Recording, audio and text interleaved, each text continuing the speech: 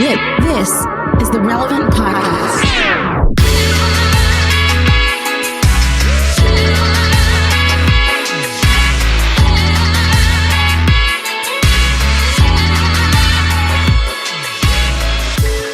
It's episode 968, and it's the Relevant Podcast here in Orlando. I'm your host, Cameron Strang, and joining me from Loverland, Virginia is Jesse Carey. Hello, hello. All right, before I get to the next two people, I will give you, dear listener, the preface that throughout this month, we're going to have some weird lineups. We're going to have some weird, unusual podcasts, culminating in the weirdest ones at the end of May. But the weirdness starts today. No Derek. No Jamie. So joining us from somewhere in Texas, downtown Emily Brown. Hey, y'all. Where are you, actually? So I'm in Round Rock, which is basically Austin. So you can say either one. Got it. But, and from Nashville, Tennessee, Tyler Huckabee. Howdy. Which, it just occurred to me now that even when Jamie and Derek are out, we still have our Texas and Tennessee representatives on the Austin and Nashville. It's really just B-list from the same. It's really. I mean, I don't want to say B-list. You can say B-list. Yeah, kind of. B-list, Jamie Ivey. That feels like a compliment. that needs to be your new Twitter bio. Just B-list, Jamie Ivey. No. That's not true. It's a tie. Yeah. That's a lateral move. Either way you look at it. Yeah, the chemistry really isn't about personality. It's IP address. And if it's coming from, East Texas and Middle Tennessee, then we're going to be just fine. We're going to be just fine. Tyler, if you're listening and you think that it's 4 a.m. where Tyler is and he's been up all night, the reality is we are recording at an unusual time, and I don't think his voice is woken up yet, nor has Emily's. I don't know. You sounded more tired than Emily.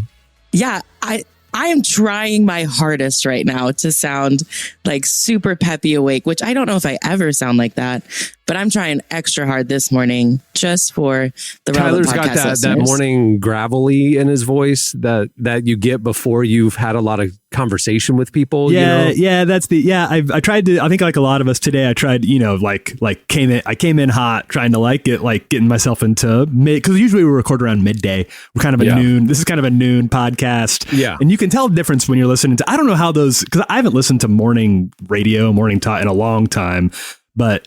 And there's a reason for that. It's because they're on a different wavelength than I am at 6 a.m. When you turn on the radio, that is not what I want on my morning. Back when I had a morning commute, they sound like it is 4 p.m.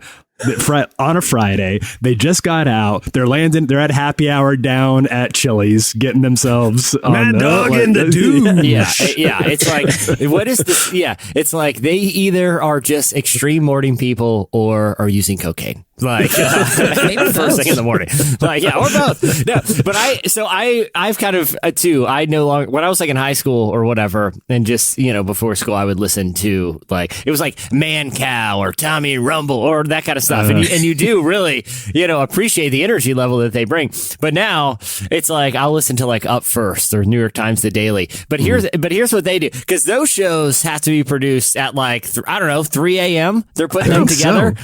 So. Middle of the night / very, very early in the morning news TV. I saw some TikTok behind the scenes of when each person who works on the morning local news show has to get to work.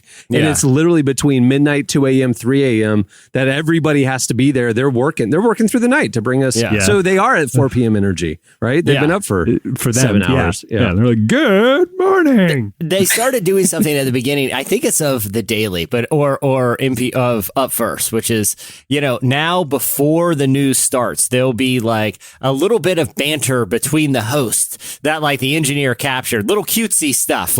You'll hear, that's a good coffee this morning, Peters. Oh, it so is. All right, you ready to start? Yeah, let's go. This morning in Ukraine. And it's what? They do flip a switch. It's honestly a little scary sometimes. I think it's interesting that they leave those in, because we're pretty, Clark, who edits these podcasts, is pretty meticulous about making sure, you're just getting primo stuff on this podcast. There's the cutting room floor. You don't want to hear it, and you wouldn't like it if you did. No. But there's there's a type of podcast out there, even from some like very big, very well funded podcasts, where they leave in the weirdest like dropped calls or like, can you hear him? I don't think, is he still coming through? Is he coming through for you guys? And they just leave that. That is final cut. That is still in there for the final edit. And I really don't understand why it would take all of 10. I am not an audio guy. I know how to cut that stuff out. But do people like that in their podcasts? Do people like the rough? It's like even like the biggest and look, everyone has their opinions, but like the biggest podcast in the world is the Joe Rogan Experience by a significant margin. It's one of the most popular pieces of media, period, not just podcasting, in terms of its weekly audience. They have extended times where the hosts just go on a bathroom break and like they're just like hum-da-dum-da-dum, like literally just like, all right, they'll be back in a sec. I don't know. I'll get a drink too. And then it's just like silence while they use the bathroom. And it's like, they're clearly phoning this in, and yet it's still wildly popular. It really does make you question a lot of things. Maybe we're thinking too hard about this. Maybe should we just try it for 1 week and see what happens? Well, truthfully, we're getting there. We are. This might be this month. No. We are. Like at the end of May, in a few weeks, Jesse, Derek, Prop, me, and other friends, we're all going to Wyoming, right? So if 3 out of the 4 cast members are out of town together, we just went ahead and made the decision. I'm bringing a mic and we're going to record a couple of shows while we're out there, live, straight uncut. to tape, like uncut. Oh, I can't literally wait. I'm going to upload one on the plane coming back from Wyoming. Like, it's just like whatever happens. Fireworks, late night. I don't know what's going. I'm equally excited and nervous because I have no idea what you guys are going to do. It could make or break the company. We could be pulling Joe Rogan numbers by the end of the week, Jesse. Or we could maybe not for a good reason. I could do like a live remote while you do some sort of physical challenge or something, and I could be like the reporter, like telling people what's going on, like the Hindenburg crash. You know what I mean? Like I think. Yeah. I think too, this is inspired wholly. I think we need to do like theme episodes of this show where it's like one episode is like the Joe Rogan style, where we just talk about crazy, insane conspiracies and take bathroom breaks, extended bathroom breaks, and let the show go for 4.5 hours. Like then we do one that's This American Lifestyle, where it's super highly polished. This American Lifestyle. That's a name. Let's do that one. It's just like a home decor and fashion focus. Exactly. This American Lifestyle. I like it. And then we do one that's really quick, just 20 minutes in the daily. I'm Michael Barbaro. I'll see you tomorrow. I think theme weeks we should go for, see what works best for us. Well, it's summertime. I mean, this is the time to do it. Coming up, summertime, summer break, do some weird stuff. People won't even notice. Trying on new vibes.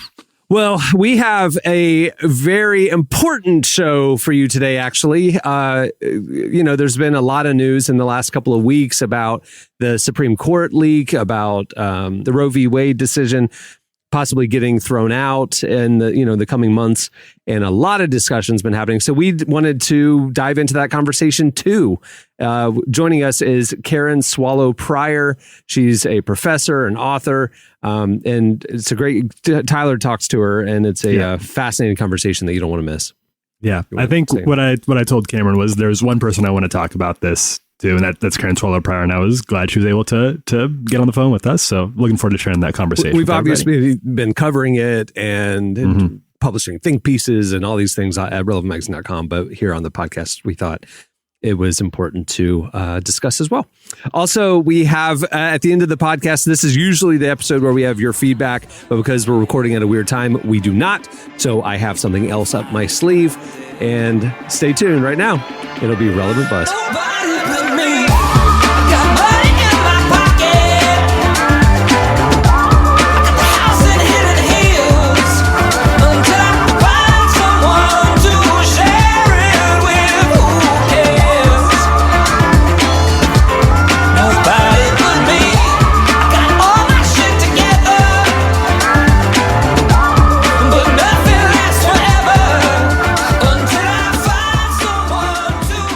Listening to the Knox and Cold War Kids. The song is Nobody But Me.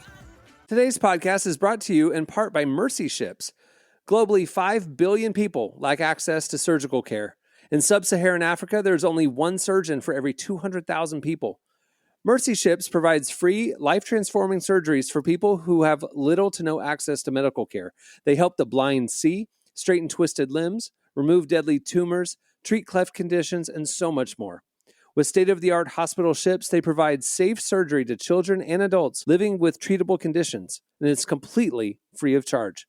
They do all this work with an all-volunteer crew of professionals who donate their time and talents. Surgeons, stewards, nurses, engineers, and more make the world a better place. Your donation today provides free, safe surgeries to people in desperate need of help. All gifts are matched, so please donate today at mercyships.org/relevant. Today's podcast is brought to you in part by Tim Tebow's book, Look Again. Have you ever wondered what would change if you truly believed you were infinitely valuable to God? In his New York Times bestselling book, Look Again, Tim Tebow reveals the powerful truth that when we learn to see the image of God in every person, including those we struggle to love, everything changes. Tebow shares incredible stories from his work with people the world often overlooks, and it will challenge you to stand up to the lies, rediscover the worth that everyone has, and impact the world for good. Find Look Again by Tim Tebow, available now wherever books are sold. Okay, it's time for Relevant Buzz. All right. I don't have to say please welcome to the show because Tyler's here bringing us what's happening at the intersection of faith and culture this week. What's going on? Hey, everyone. Hey, guys. So this was an interesting report that came out, and I really wasn't, I didn't believe it at first until I actually crunched some of the math myself. And it really does, I had to do some fact checking, but it really does check out. We all know about the housing market. If you own a house right now, it's basically, it's churning money over for you. You're sitting on a gold mine. The housing market's going up and up. But that, of course, comes with the downside, which is that if you don't own a house, the idea of buying one is becoming more and more unrealistic. So unrealistic right now that per percentage of a paycheck, it is actually harder to buy a house today than it was during the Great Depression. During the Depression, the median annual pay was 22% of the cost of a home.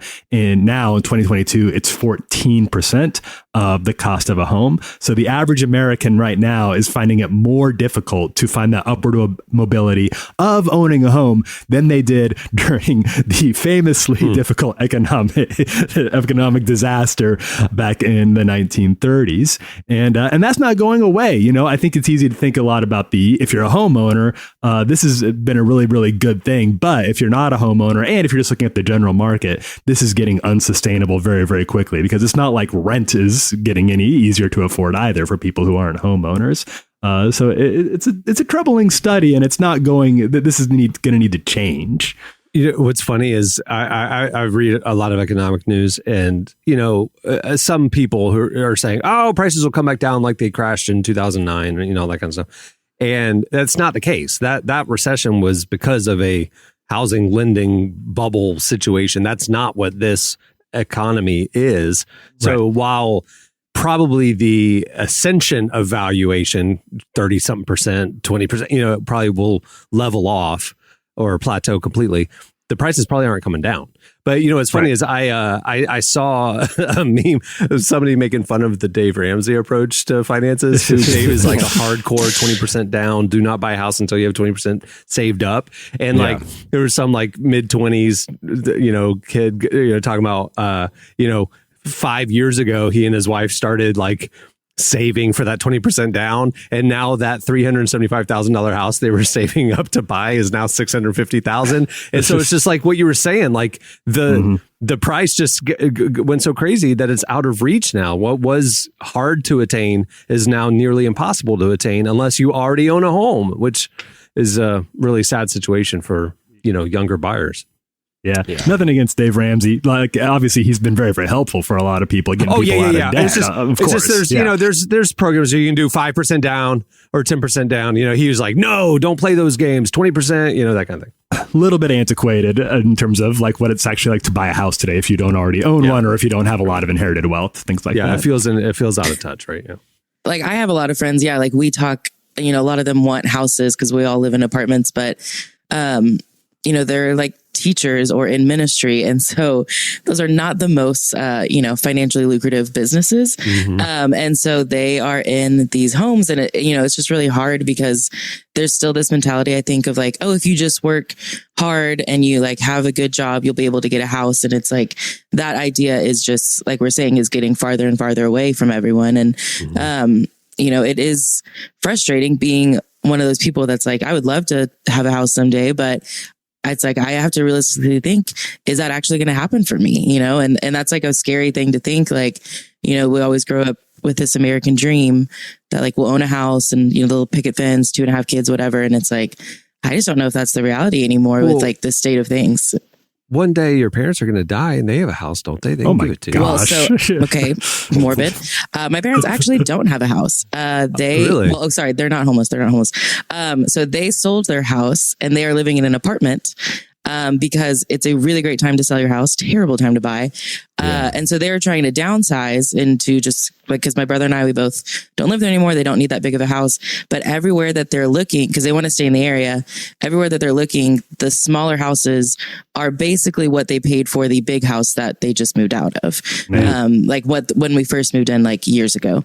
And so, I understand their frustrations because they're like, we're not going to pay for a house that's smaller than what we just moved out of, but costs just as much. And so they've been trying to play the waiting game in this apartment, this cute little, 2-bedroom apartment. And while they're waiting, the prices are going up and up and up and up and up. Exactly. Yeah. And so it's even frustrating for them. Like my parents are, I won't say how old they are because they'll get mad, but they're an older generation. 87 years old. A million. I'm only 26. They are not 87. It's a miracle. The two oldest people living right now, both in their 125s. And they look amazing. You wouldn't even guess that they're that age. You look terrible for 50, but you look amazing for 125. Yeah. Maybe that's the secret. You should just tell people you're older and they'll think like, my God, you look amazing. Wow, fantastic. Yeah. They bought a house during the Great Depression and they can confirm. This is tough. It's the same situation. Hey, you're now listening to NPR Marketplace. But listen, in economic news related to this, with unaffordability for obviously a lot of our listeners, the rent prices. I mean, there's certain states, certain cities that are hotter than others, and prices went crazier than others. In Orlando, where I live, last year, the single family homes prices appreciated more than the average annual income of our residents. So like, let's say the average household income is $60,000. The average home in Orlando appreciated more than $60,000 in 1 year, which is crazy. But we also have had like a 25% increase in rent here.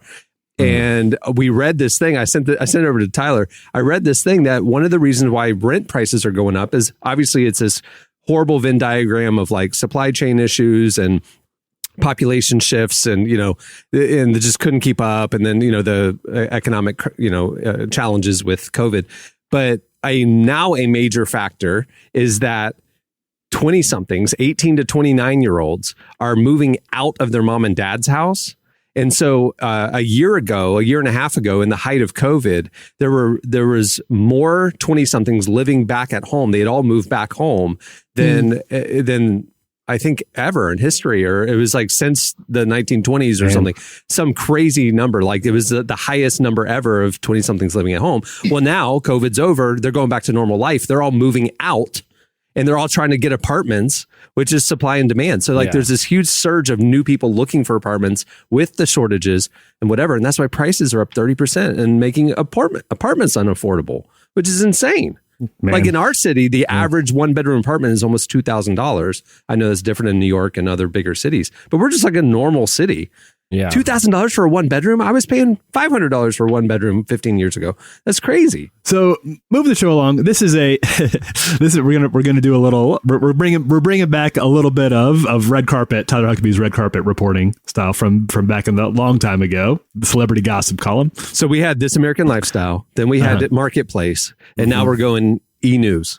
Let's go. Yeah, this is going to be the true Hollywood story. Yeah, this is true Hollywood story. TMZ. Yeah. Oh, we're TMZ in it. Yeah. We're not doing the classy Downtown Joan Emily Rivers Brown's- critique of the red carpet. No way. We're doing TMZ paparazzi Behind the bomb scenes. style. Oh Got yeah, it. oh yeah. Okay. Just sprinting up to a celebrity walking out of Starbucks and shouting things at them. Maybe think more Nickelodeon slimed, like they get the answer wrong, and then from the ceiling, just a bucket full of green, whatever that green slime. Have thing they you dumped seen that on them Katy was. Perry clip going around? Oh from my the gosh. How Choice she Awards? didn't die.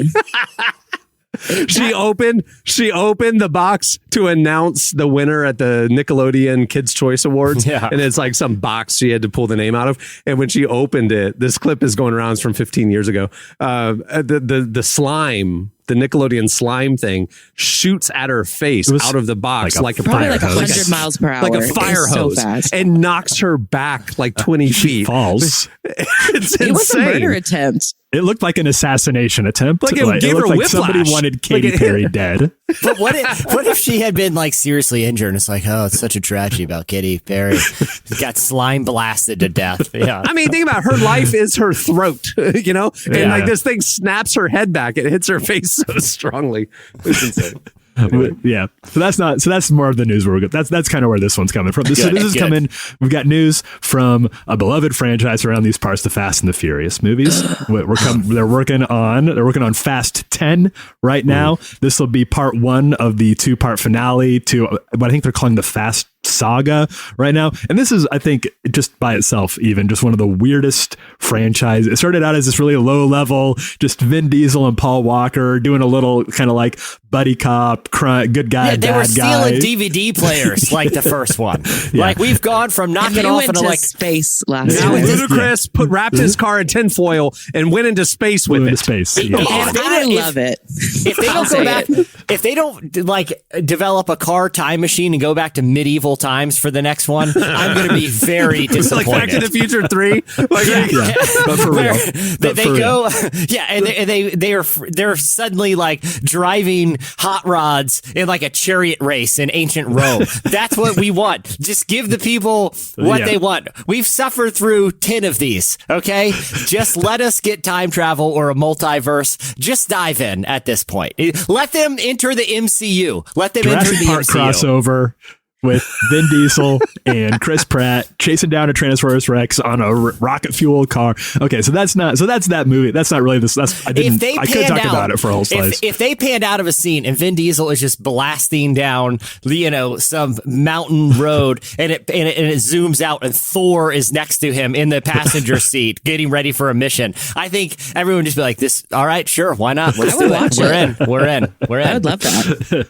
Well, the reason that this fell on our radar is because Justin Lin, who is the director of half of these movies, he directed 5 of the soon-to-be 10 Fast and Furious movies. he started with Tokyo Drift, which was Tokyo Drift was his first one. Yeah, that's right. He departed the movie. He left of his own. He actually quit. He fired himself from this movie after it started production. This doesn't happen very often. Directors do get fired. Even in recent Bohemian Rhapsody fired the director. So did Solo, a Star Wars story. Like that Justice just happened. League.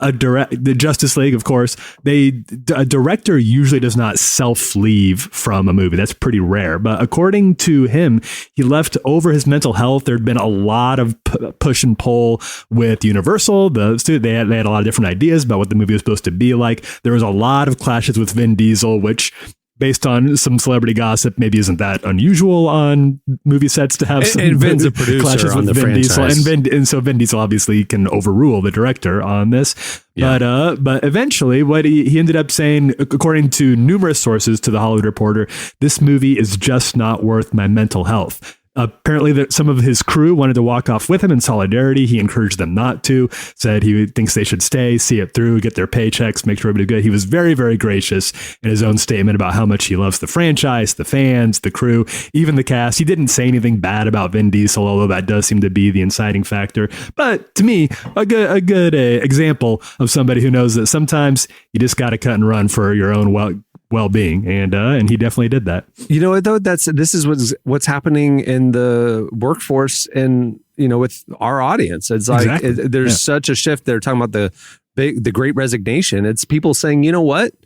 Like life doesn't have to be like this. Yeah. I can change my job if it's going to help my mental health. You just don't hear about it on super high profile, multi-million-dollar projects very often. Yeah, No. I mean, I read, and this figure could be wrong, but I read he was walking away from, I mean, it was, Oh, it's got to be a huge figures. sum of money. It was, it was between $10 and $20 million, I think, or something. And he's doing all right. Like he can walk away from that kind of money. But I think seeing that, normalizing that sort of attitude and that sort of behavior, even when it comes to people who, can absorb that sort of windfall, does help those of us to see like a pattern or a good example of somebody who's taking care of themselves in the face of a difficult professional situation. Also, as an old school Fast and Furious fan, which it's lost me in the last 3 or 4.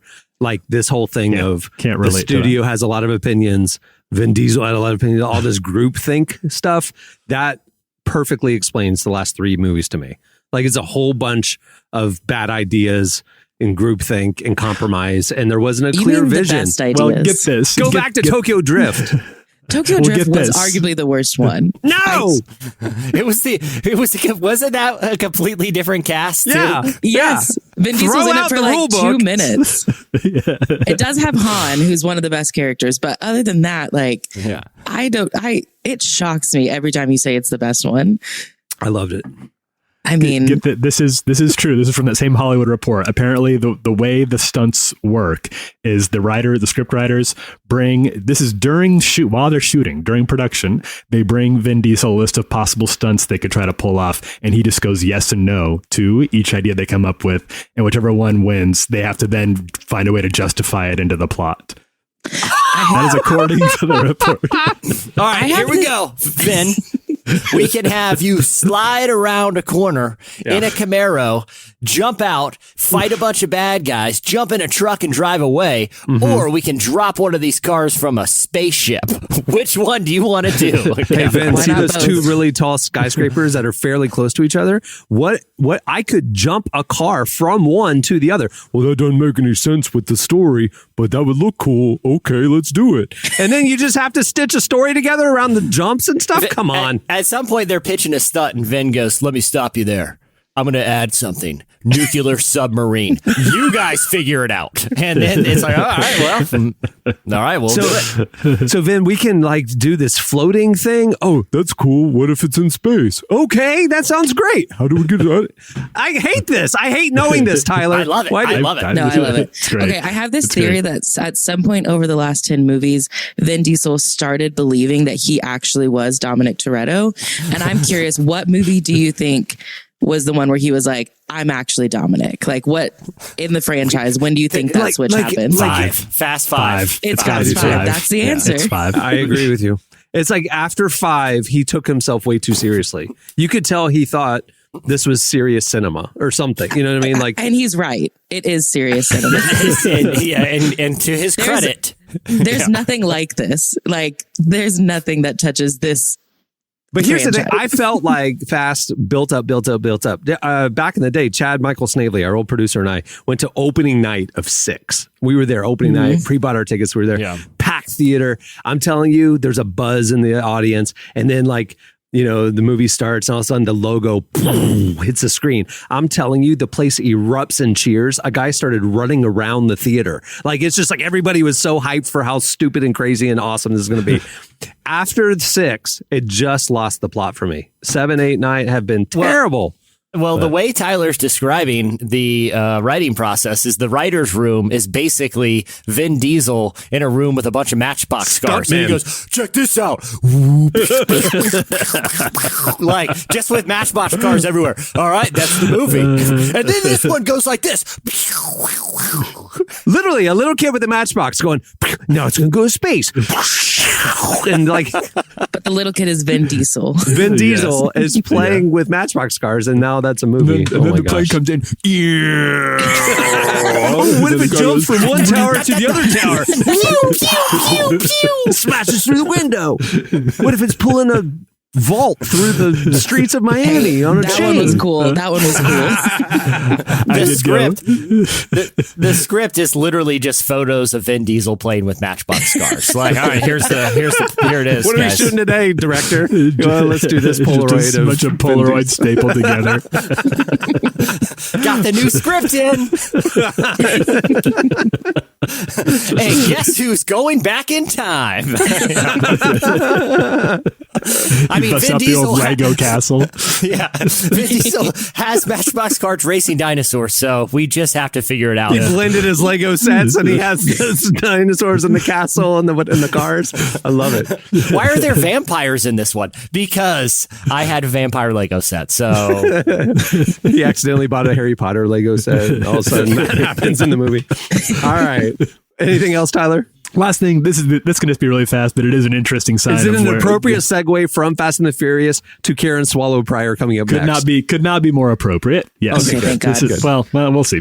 But this is but this is an interesting one, and you're seeing this happen more and more. So there's a Texas pastor who is claiming that Kanye illegally sampled over 1 minute of one of his sermons for a song on Donda. This is according to NBC News. Bishop David Paul Moten, he's pastor of Joy of the Lord Worship Center in Victoria, Texas.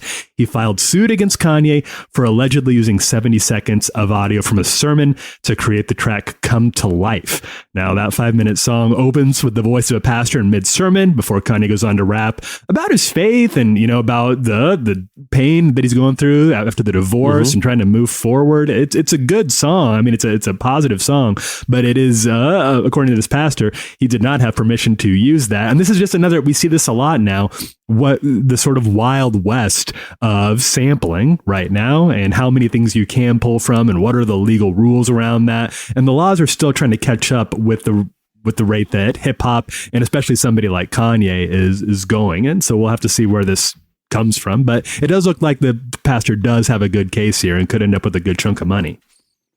I can't fathom that he heard a sermon on the internet and put it in his song and didn't Let's clear do it. the sample. Like, But I it's can't just fathom Email the this. guy. yeah. But isn't that not uncommon for Kanye to not clear samples and just kind of YOLO it? Like, I don't didn't know. That was back more in the mixtape era. Like that's the difference between a mixtape and an album is like. But I feel like there was things sampled on what. But I mean, a lot of Kanye's work going back to College Dropout is heavily sampled. I mean, that was kind of his early thing. Was he would just that have Lauryn Hill hook when it all falls down on College Dropout? I read a thing on TikTok the other day. He's coming up. This is one of his. It was maybe his first major album. Nobody knew who he was, so he had this hook. He had written the song with that Lauryn Hill sample and had to clear it for the release. And so he and his friend, again, nobody knew who he was, flew to Miami to track down Lauryn Hill, like found her, got her to verbally agree to it.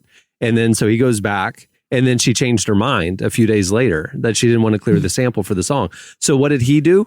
He went and found a girl who has a voice similar to Lauryn Hill, sing it.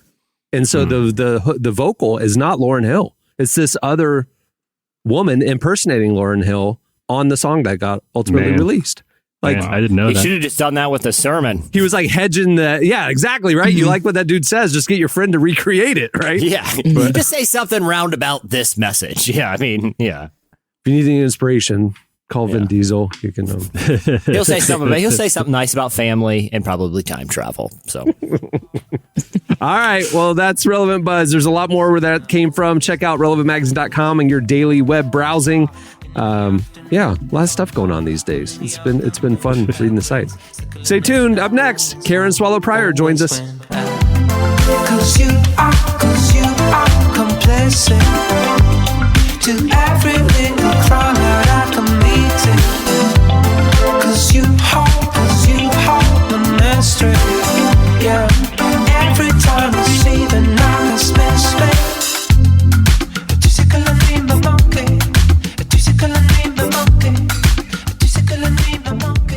You're listening to April. The song is The Night Has Missed Me. Today's podcast is brought to you in part by John Mark Comer's book, Garden City, a book that speaks to the tension we all feel between work, rest, and purpose. The New York Times bestselling author John Mark Comer takes us to the scriptures to identify what it really means to be human and flips the script on the idea that who you are matters, not what you do. He shows that God created us for meaningful work and meaningful rest. Both matter. This book helps you ask and answer the big questions. Does God care where I work? Is there a direction for my life? So you can discern God's heart for your calling, your rhythms, and the way His Spirit wants to shape every part of your life. If you're longing for purpose and a more grounded way to live, check out the new hardcover edition of Garden City wherever books are sold. Well, today's show is brought to you in part by the new book, God, the Science, the Evidence. We talk a lot about faith, but how often do we talk about science in the same breath? You might be surprised to discover just how deeply the two actually agree. For centuries, science has been used to dismiss the idea of God, but today an intellectual revolution is underway. Modern discoveries in physics, cosmology, and biology are consistently revealing the same truth: creation isn't an accident. That profound reversal is what engineers Michel-Yves Bolloré and Olivier Bonassi investigate in their international bestseller, God, the Science, the Evidence. This book is a rigorous, evidence-based critique of materialism, inviting you to explore over a dozen scientific, philosophical, and historical domains. It shows that what was once seemed impossible, that science could point to a creator, is now supported by a vast and convergent body of evidence. With over 400,000 copies sold in Europe, this book is sparking a global debate. It's thoughtful, fascinating, and a powerful reminder that reason itself affirms the existence of God. Learn more and find out where you can purchase your copy today by visiting godthesciencetheevidence.com. Today's podcast is brought to you in part by Erwin McManus's book, The Barbarian Way. Some books don't just inspire you, they confront you. The Barbarian Way, now celebrating its 20th anniversary, is one of those books. If you felt the pull of God towards something deeper and wilder than the safe, predictable version of faith that we settle for, McManus reminds us that following Jesus was never meant to be tame. It's meant to awaken courage, passion, and purpose God placed inside us. He draws from the wild stories of Abel, Noah, Moses, Rahab, and others to remind us that following God wasn't meant to be tame. Safe faith isn't working. Step into the story God is writing for you. Choose passion, choose boldness, choose the Barbarian Way. Available now wherever books are sold. Well, today's guest is Karen Swallow Prior. She's a research professor of English and Christianity and culture at Southeastern Baptist Theological Seminary. We spoke with her about last week's leak about the potential overturning of Roe v. Wade, what it means for Americans, and how Christians can respond to the news. Here's our conversation with Karen Swallow Prior.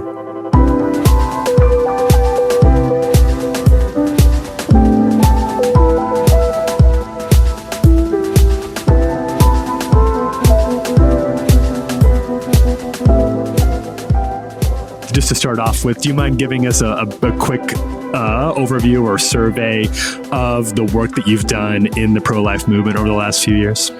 You know, I was baptized into the pro-life movement about 3 decades ago through Operation Rescue and served in several capacities at crisis pregnancy centers over the years, and gradually shifted more toward writing and public advocacy for the pro-life point of view. What was the engine behind you changing your own methodology, let's say, or why did your attitude or your tactics shift? I mean, I think that the pro-life movement itself has sort of grown and evolved over the years. Of course, the crisis pregnancy centers have always been there. They will always be the heart and the backbone, I think, of the pro-life movement. The protests that I was involved in the 1980s and 90s had kind of a lifespan. They were challenged so vehemently in federal courts and then finally in federal law that they kind of, changed the dynamics of the whole thing. And I was younger then, and protesting was more suited to my life then. But as I became a professor and teacher, it just evolved into me using the classroom and my opportunities to write to advocate for the pro-life point of view. During that time, with the leak, which obviously we don't know it's going to be handed down yet, but it seems very likely that Roe will be overturned. Was this ever? Did it strike you at any point? Did this day seem like it would come? But I know this has been sort of a primary goal of the pro-life movement, but did you think it would happen, or did you see it being part of something that would happen in your lifetime? I mean, of course, I always hoped it would happen. I mean, that was like a regular refrain at the March for Life, was, Roe v. Wade's got to go. And it was and has been a focus of the pro-life movement, I think in large part because of the way that Roe v. Wade happened. It was sudden and it was unexpected. And so it automatically became kind of the focal point of the movement. But it has been so long that when I heard the news of the leak, I really kind of felt shock and disbelief. I had that that it was going to happen. But of course, in tension with that is the fact that I always believed that eventually history would look back at abortion as something barbaric and inexplicable in the same way that we look back at other atrocities in human history and can't believe that we allowed it. So, so I always thought history would change our view, but I really had thought that I would not see the overturn of Roe versus Wade, probably in my lifetime.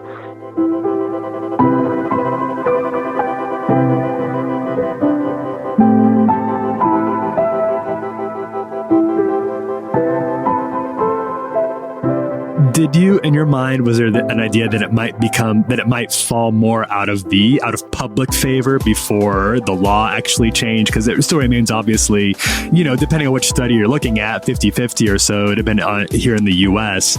Did you think it would take long, like the popular vote, so to speak, would shift a little more before we got to this point? I think public opinion was shifting slowly but pretty steadily. There are, as you said, there are lots of polls. I mean, the vast majority of Americans kind of wanted to see, depending on how the question was asked, would be willing to see more restrictions on abortion than actually exist. A lot of people don't know how radical Roe versus Wade and its companion case Doe versus Bolton are. And then there was always, so the vast majority wanted more restrictions than existed, but not total restriction. And as technology changes and sonograms become more available, and prenatal surgeries and all kinds of things that just make the denial of the humanity of the unborn more and more difficult, I do think that public opinion would shift away from abortion. And I thought that might happen more quickly than a Supreme Court decision. Given that it did happen before public opinion had shifted quite as far as maybe we would have thought, there's obviously a lot of feelings of betrayal. I'm sure you've heard a lot of even from Christians who feel that this is this is an attack on women, a bodily rights issue. How do you respond to some of the critics, particularly the Christians in the pro-choice camp, who have these concerns, these fears, and sometimes a great deal of anger about this decision? I mean, I really think that we are in a place politically and socially where everyone is angry and we are polarized and divided. So this decision coming at this time in this, in this extremely polarized environment, I think it was inevitable that there would be a strong, emotional response. Undeniably, we can't separate the decision from the makeup of the court and or the makeup of the court from the presidential politics that made that possible. So it's not surprising, but it's also, I mean, as someone who is pro-life, I would say that Roe versus Wade did this itself, 50 years ago, however many years ago. I mean, it was a parallel decision in the other direction. And so, pendulum swings happen that way. And so now the pendulum is swung the other way. And, we will just see how 50 different states respond through their own laws. And we will still, as a pro-life movement, have a lot of work to do. If this decision holds, which seems very likely, what is the responsibility of the pro-life movement now in a place where abortion is being determined at the state level? I think the responsibility of the pro-life movement is the responsibility that we all have as human beings, regardless of our views on abortion, to support women and families who are carrying children, who are birthing children. I think the pro-life movement has been doing a lot of it behind the scenes.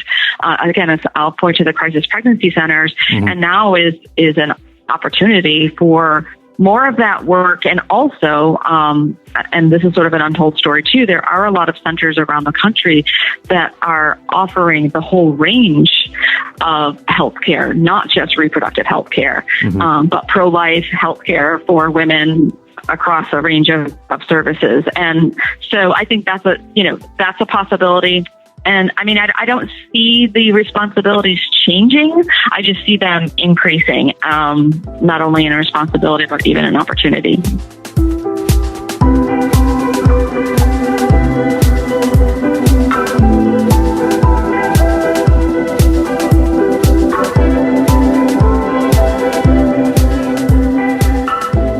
That was Karen Swallow Pryor. You can read more of that conversation over at relevantmagazine.com. All right, stay tuned. Up next, it's a feedback fill-in segment. As we go driving on the interstate, as it took us on a day, arms blood dripping from the sun. Tell me you're the one, leave the record on, singing every song like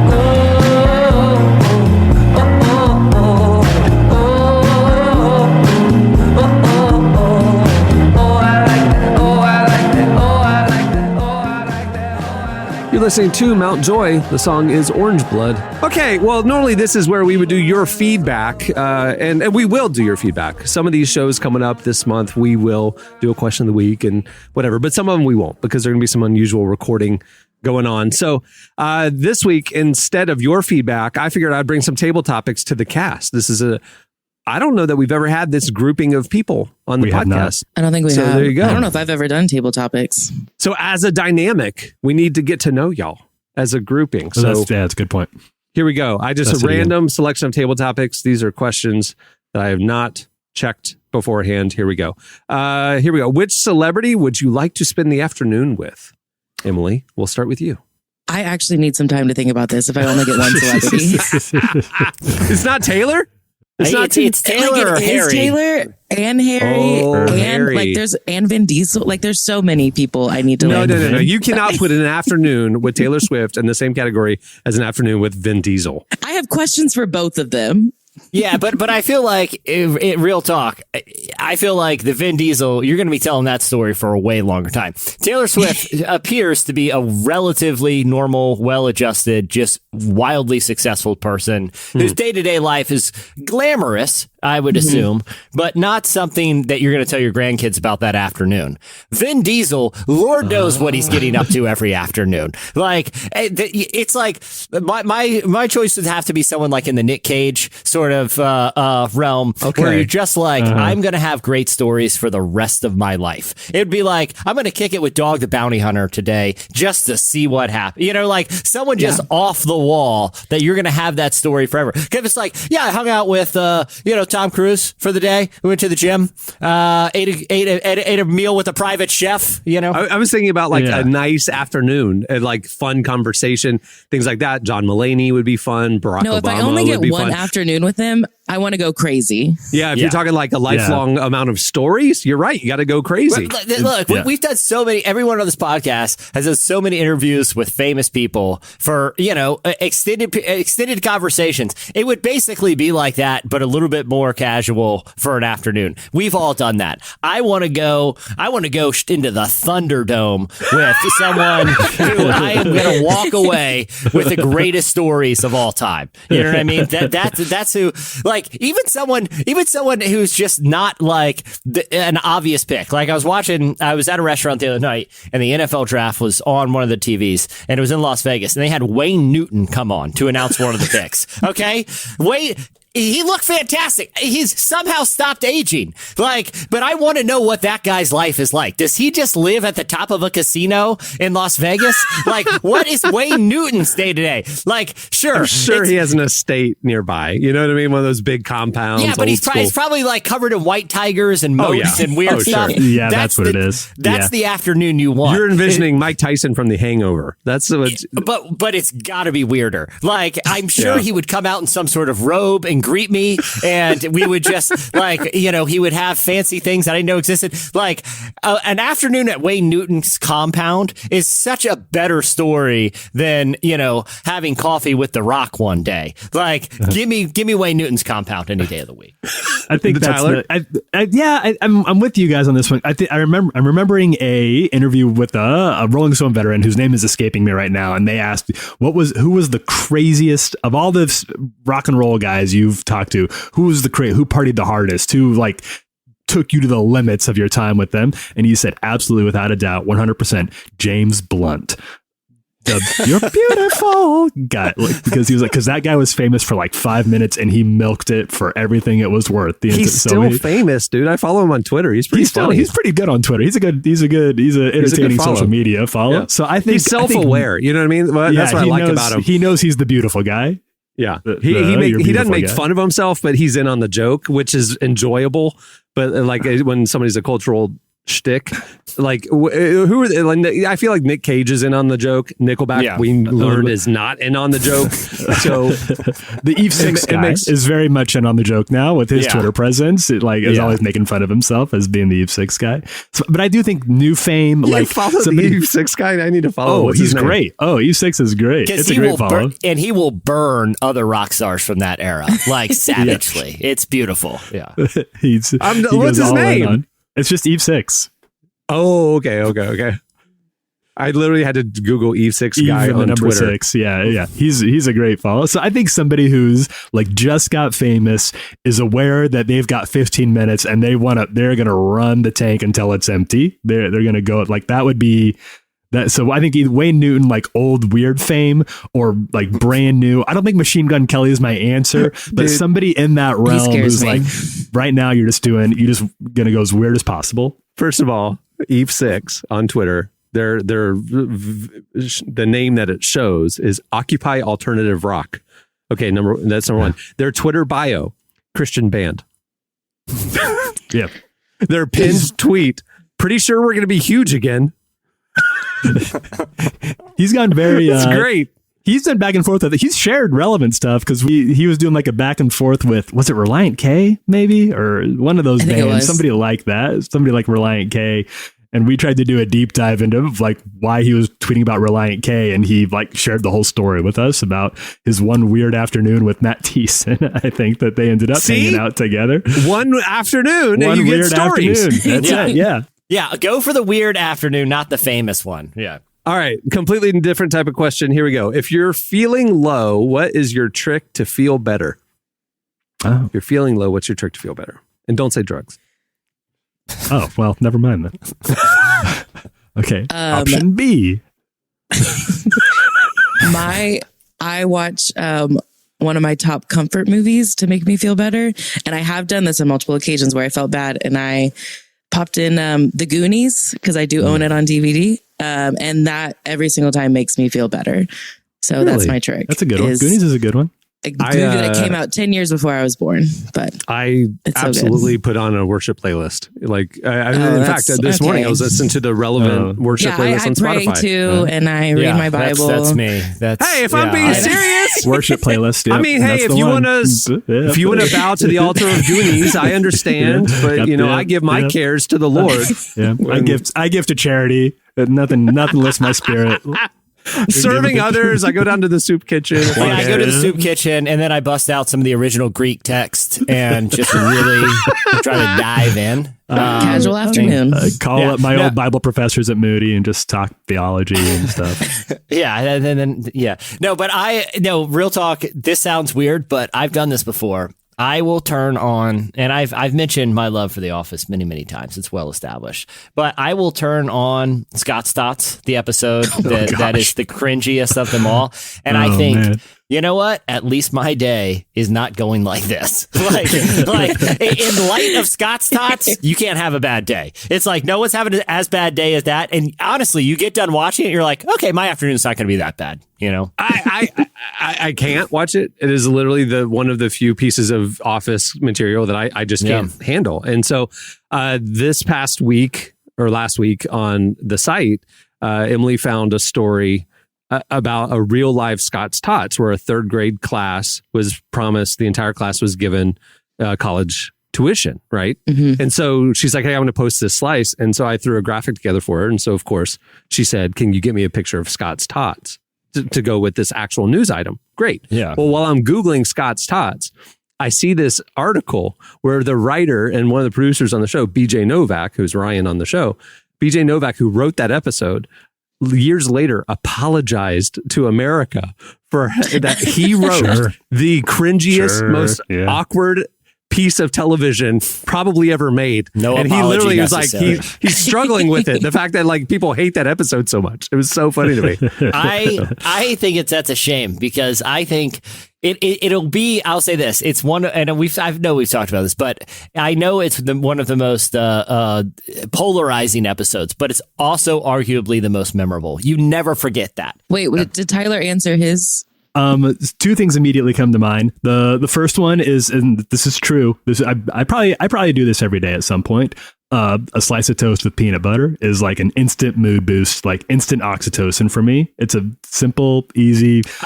I literally thought you were going to say, totally I go to the gym, man. Just I thought about it, but I knew you guys were going to make fun of me if I said that, so I didn't say it.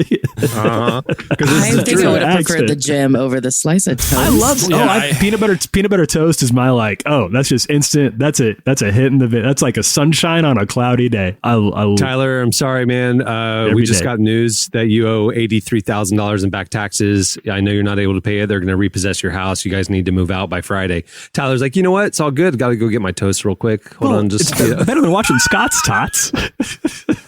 A peanut butter toast? That's gonna bring me more down. Emily, you're getting evicted. I'm sorry. You're like, can you just wait and give me an hour to watch some Goonies real quick before you make me pack up? No, Tyler, peanut butter toast is like, great. Now I'm sad and super thirsty. Thanks a lot, Tyler. Yeah, like the peanut butter and the toast. I don't get it. Literally, I can feel that in my mouth. It is not enjoyable. Hey, I'm glad more for me. It's cheap. It's always available. And absolutely at some point every day. Hey, Tyler, there's a reason. Too. There's a reason it's cheap and bountiful. Kind of like the Fast and Furious franchise. It's not the best, but there's a lot of it. Yeah. Oh man, it is. Well, you can buy it by the vat. So, and I do have a playlist of pump up tunes like on a down day. It's I wouldn't say it's like exclusively worship. Maybe I was gonna say, is it walking in sunshine and all that? No, I think everybody should have a mix ready to go. I think you need one in the canister. You don't know how much you need this if you don't have one. Okay, all right. Let me throw out one more, and I know we need to move on. But if anyone needs a mood lift, a no fail is watching local news blooper reels on YouTube. Like, that is true. It is comedy gold, and every time you'll find at least one or two clips in there that'll make you laugh pretty hard. That's pretty good. All right, last question. Here we go. If you could ask anyone to be on your personal board of directors, Who would you choose? Oh, that's a good one. So this is opposite from your spend an afternoon with type people. So this is like personal board like a life coach type situation, I suppose. Like people I'd say who you are, probably have 3-4 people. You probably want different people from different areas that can speak into different parts of your life. Your spiritual director, your like financial health. Yeah. David Blaine, David Copperfield, any members of Quick Change. I just want to know the secrets of magic, and I will let those skills guide me. I feel like the wise answer here is and teller, or just pin or teller, because one of mute. Yeah, one of them's not speaking, so I would take the speaking pin and teller. Yeah, I know that the right choice is probably like Warren Buffett or something. Mark Cuban or somebody. No, it's you want real magicians, because they have created fabulous lives for themselves by just doing magic tricks. Those are the people you want in your corner. Emily, who you got? This is so hard because I've never thought about this. My first thought was Mindy Kaling, just because I really like her writing and I think she would be fun. I also love Kelly Kapoor. She is truly one of my all-time favorite TV characters. So I'd really want Mindy Kaling specifically as Kelly Kapoor, which I know sounds chaotic, but it's my choice. I feel like I gotta have someone spiritual in there. Yeah. I really like Beth Moore. I'll take her. She seems fun, and I think she would be. I think she'd be brutally honest with me, which I probably need. And then I don't know. I want someone who would probably give me good financial advice too, because I do need that, especially if I'm going to buy a house ever. So exactly. Way to bring it back. Good. Yeah, good callback. Yeah. I'm literally. I hope the listeners are too. I'm literally in thought about this. Yeah, I'm going. Okay, Barack Obama, Richard Branson, Christine Kane. I'm like kind of just like trying to think of all the different parts of life. I want Chris Kane. Dibs. Oh, you said Beth Moore. You can have them both. Yeah. Do you know how amazing I would be if I had both those women and Mindy Kaling? That'd be unstoppable. All right. You wouldn't be B-list Jamie Ivey anymore. You'd be A-list. I choose the power. I choose the power team because I all can 5 turn to spots them. are 5 members of the power team. because for 3 reasons. One, they'll keep me very physically fit. I don't know, dude. They didn't really look that fit to me. They're just kind of burly. 2, they will keep me physically fit. 2, they will keep my spirit encouraged and very loud and my energy level high all the time for the Lord. Spiritually and 3, they will teach me to do things like rip telephone books in halves and blow up hot water bags with just my lung power. That's a pretty strong board. Christine Kane is great. Richard Branson, like to see you blow up a hot water bag with lung power. I've seen the power team do it like 1,000 times. So they can do it in their sleep. Yeah. All right. Well, that'll do it for, instead of your feedback, it's our feedback. There you go. Topic. It's a little table topics going on. Well, before we wrap the show, I want to thank Karen Swallow Pryor again for joining us today. Don't forget to head over to relevantmagazine.com to see that full conversation. Also, while you're at the site, make sure to click and check out all the info about Relevant Plus, our new subscriber-only features. Gives you a ton of can't miss content, an enhanced spring issue of Relevant, which includes conversations with Ryan Reynolds, Bob Goff, Shauna Niequist, Maisie Peters, Channing Tatum, and so much more. It's all right there. And you can, right when you sign up for Relevant Plus, you get an email with links to get the ad-free podcast, to get the digital issue. It's all right there in instant. Super easy process. Go check it out. Also, make sure to sign up at the website for Relevant Daily, our newsletter, to keep you in the loop with our best content. Every weekday morning, you'll get our top 5 trending stories at Relevant. It's a great way to keep in touch. And also, follow along on social media. We publish everything there as well. Okay. On that note, we'll wrap things up. I'm Cameron Strang. I'm Jesse Carey. I'm Tyler Huckabee. And I'm Emily Brown. All right. We will see you guys next time.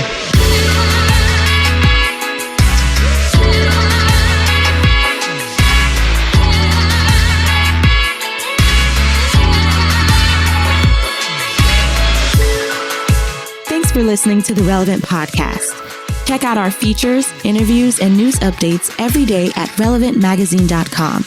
And make sure to follow Relevant on Facebook, Twitter, and Instagram for the latest. For more great podcasts, browse the shows on the Relevant Podcast Network, which you can find at our site. And while you're there, don't miss the all-new era of Relevant Magazine. A new issue releases every other month at relevantmagazine.com.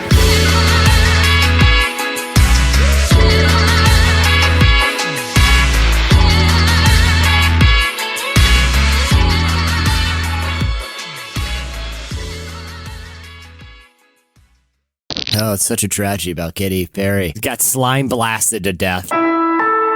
Relevant Podcast Network. Shopify is a global commerce platform that helps you sell at every stage of your business and sell more with less effort thanks to the Shopify magic, your AI-powered all-star.